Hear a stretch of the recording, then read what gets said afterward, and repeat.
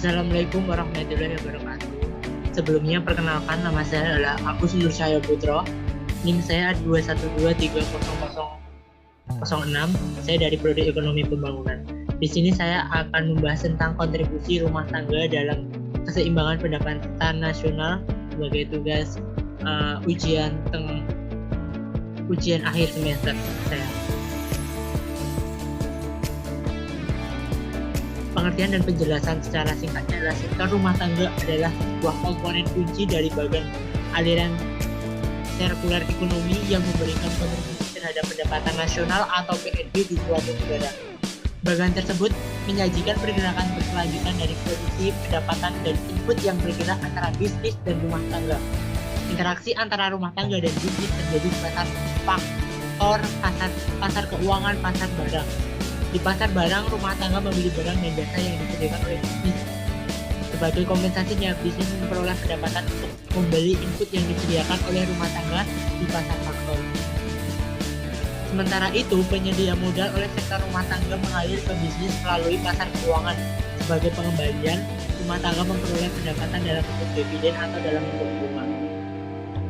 Kemudian, sektor rumah tangga mencakup individu atau kelompok individu sehingga mereka dapat menjadi konsumen ataupun pengusaha yang memiliki klaim atas bisnis. Rumah tangga memberikan input untuk sektor bisnis dengan imbalan upah, bunga, keuntungan. Kemudian, konsumsi rumah tangga adalah sebuah penentu utama dalam merangsang pertumbuhan ekonomi.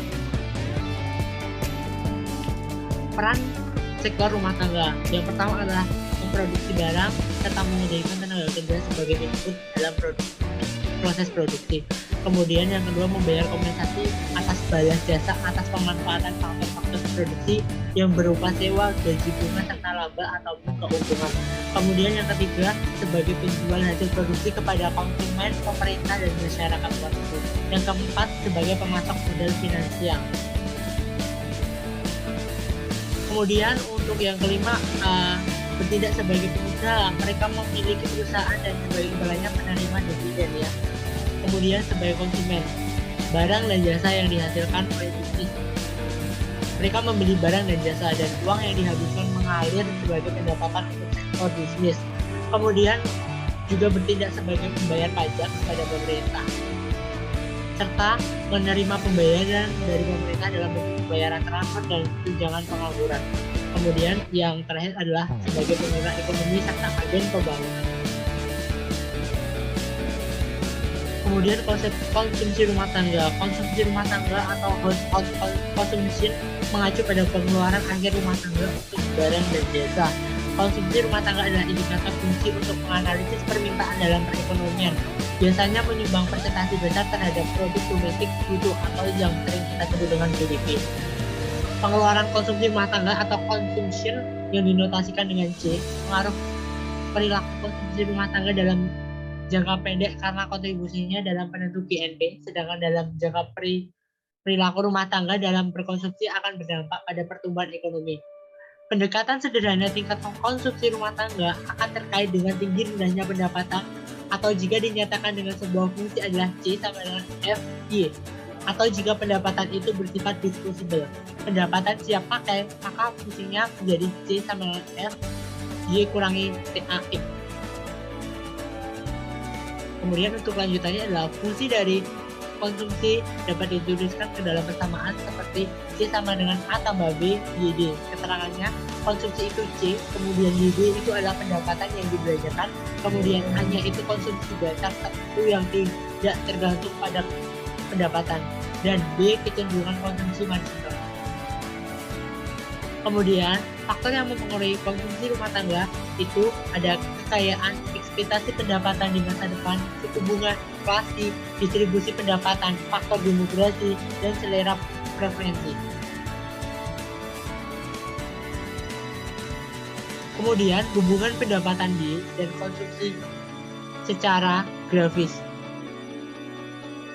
Fungsi konsumsi dan fungsi tabungan memiliki keterkaitan satu sama lainnya. Hal ini juga bisa dilihat dari grafik fungsi konsumsi dan fungsi tabungan. Pendapatan disposable yang diterima rumah tangga sebagiannya akan digunakan untuk konsumsi, sedangkan sisanya ditabung. Fungsi dari tabungan itu sendiri digunakan untuk menunjukkan besarnya pendapatan nasional yang digunakan untuk tabungan. Kemudian, tabungan sama dengan sisa dari pendapatan yang tidak dipergunakan untuk konsumsi. Saving sama dengan pendapatan dikurangi konsumsi. Apa fungsi tabungan itu? Fungsi tabungan adalah suatu fungsi yang menggambarkan hubungan antara tingkat tabungan rumah tangga dengan pendapatan nasional dalam perekonomian. Kemudian, persamaan fungsi tabungannya sebagai berikut. Y sama dengan C tambah S. Y sama dengan A tambah B, YD tambah S. Kemudian, S sama dengan Y dikurangi A tambah B, YD. Kemudian, S sama dengan min A ditambah 1 kurangi B dikali YD. Keterangannya, tabungan adalah S. Tabungan negatif bila pendapatan sama dengan 0 adalah A. Kecenderungan menabung marginal 1 min B. Dan pendapatan yang dapat dibelanjakan adalah YD. Setiap tambahan pendapatan disposable akan dialokasikan untuk menambahkan konsumsi dan tabungan, sehingga akan menghasilkan persamaan berikut. 1 sama dengan MPC ditambah MPS atau MPS sama dengan 1 dikurangi MPC.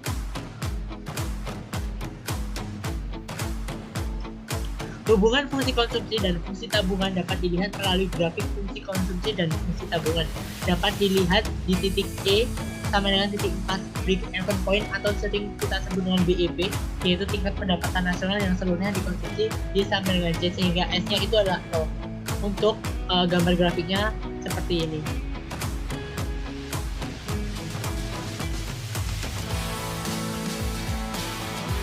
Lalu besarnya konsumsi otonom dapat dicari dengan rumus sebagai berikut. A sama dengan APC dikurangi MPC dikali Y. Average propensity to consume atau APC menunjukkan perbandingan antara besarnya konsumsi pada suatu tingkat pendapatan nasional dan besarnya pendapatan nasional itu sendiri. Besarnya APC dapat dihitung dengan menggunakan rumus sebagai berikut. APC sama dengan C dari garis miring Y atau C dibagi Y. Jadi D sama dengan C tambah S atau pendapatan sama dengan konsumsi ditambah dengan tabungan. Biasanya makin besar pendapatan, makin besar pula bagian pendapatan yang digunakan untuk konsumsi. Bagian yang tidak digunakan untuk konsumsi kita sebut dengan tabungan. Kemudian ini adalah contoh soalnya, yaitu diketahui fungsi konsumsi sebuah negara sedang berkembang adalah C sama dengan 0,80 Y ditambah 400. Ada 4 pertanyaan, yaitu A. Bagaimana bentuk fungsi tabungan? B. Tentukan berapa tingkat pendapatan nasional keseimbangan? Yang C. Tingkat konsumsi keseimbangan. Yang D. Tingkat tabungan keseimbangan. Dan ini adalah jawabannya. Yang A. Fungsi tabungan S sama dengan D dikurangi C sehingga S sama dengan D dikurangi 400 ditambah 0,80 Y. S sama dengan 400 ditambah 0,20 Y. Untuk yang B, pendapatan nasional keseimbangan atau YI sama dengan C. Y sama dengan 400 ditambah 0,80 Y. Y dikurang 0,80 Y sama dengan 400. 0,20 Y sama dengan 400. Sehingga Y-nya 400 per 0,20 sehingga menjadi 2000. Itulah tingkat pendapatan nasional keseimbangan. Kemudian untuk yang C, tingkat konsumsi keseimbangan. C sama dengan 400 ditambah 0,80 Y. C sama dengan 400 ditambah 0,80 Y. Y-nya itu 2000 sehingga dikali 2000 sama dengan 400 ditambah 1600 sehingga jawabannya adalah 2000. Kemudian D, tingkat tabungan keseimbangan, yaitu S sama dengan D dikurangi C. Cukup 2000 dikurangi 2000 sehingga S-nya adalah 0. Kemudian ini adalah grafik hubungan antara pendapatan nasional keseimbangan tingkat konsumsi dan tabungan. Bisa kita lihat C-nya adalah 0,80 Y ditambah 400 dan S-nya 400 ditambah 0,20 Y. Dan inilah gambar grafiknya. Baik, cukup sekian dan terima kasih dari saya. Apabila ada salah-salah dalam perkataan saya dalam membahas materi ini, saya mohon maaf sebesar-besarnya dan saya akhiri. Wassalamualaikum warahmatullahi wabarakatuh.